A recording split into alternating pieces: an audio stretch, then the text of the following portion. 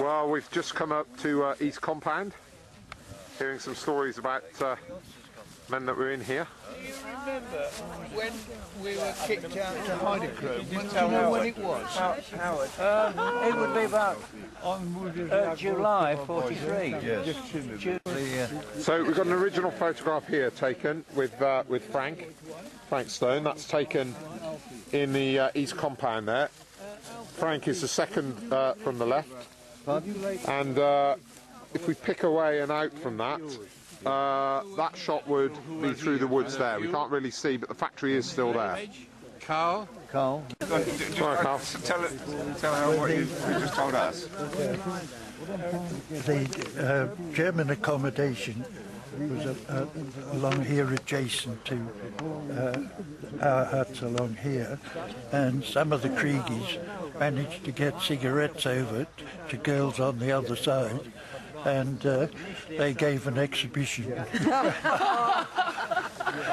Fantastic. I don't know what you mean, Carl, by that. They all do. The original gentleman's club. In the old homestead once again. Is it good to be back then, folks? I'm looking for my Red Cross parcel hut because I should distribute them to all you all shortly.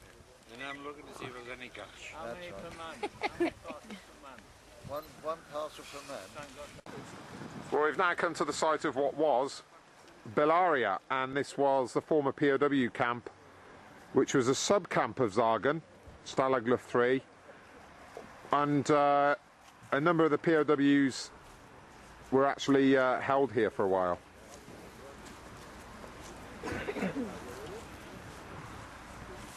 So, Eric. Yes, sir. You were here in Bellaria? I certainly was, yes. What do you remember of it? Anything? Very little by looking around here.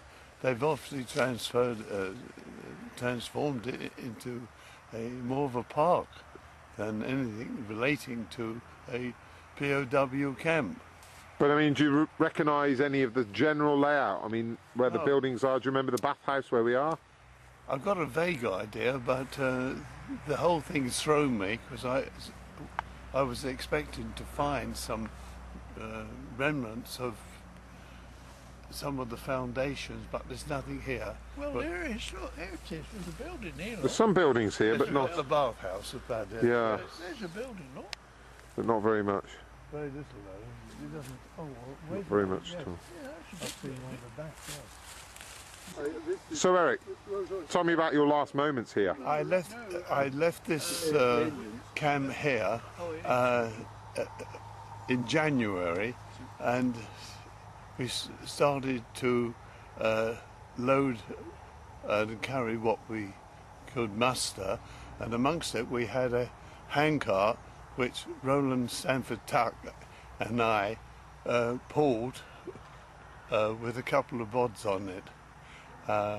As you know, the weather was minus 20 to 30, and eventually we went into a barn, and Roland Stanford Tuck said to us in the group, "We're going to stay behind here, so leave the straw all piled up in the corner because we will be underneath it."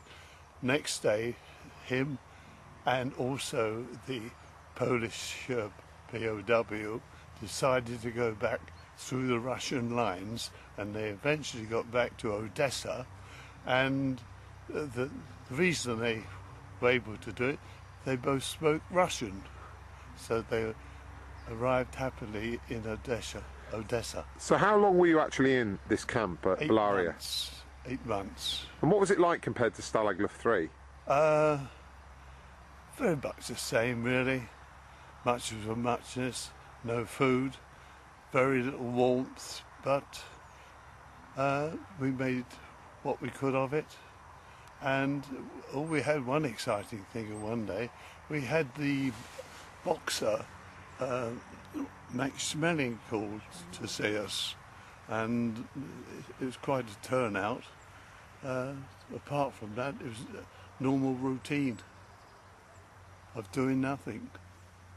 And now it's just mostly fields? It is just more of a park than a field.